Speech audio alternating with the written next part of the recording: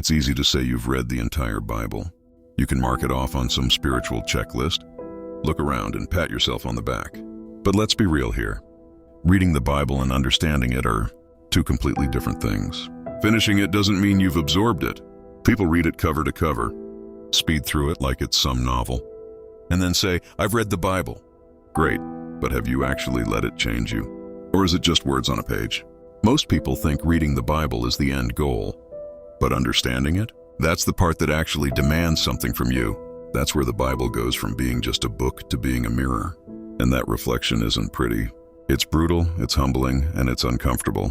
Because when you start to understand it, you see that it isn't just ancient stories or nice quotes to slap on your Instagram. It's calling you out. It's forcing you to confront parts of yourself you'd rather ignore, to question how you're living, what you believe and why. People skim over the uncomfortable parts, or they interpret them to fit their lives, instead of letting it transform their lives. They pick out the verses they like, the parts that feel good, and ignore the rest.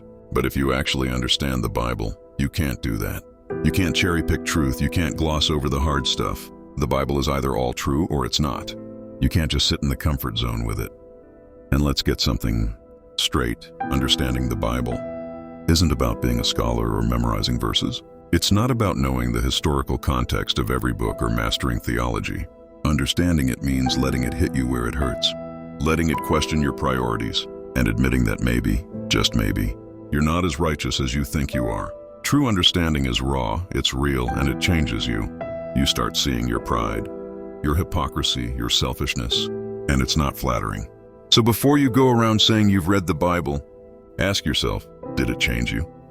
Did you let it? Because just reading it, that's nothing.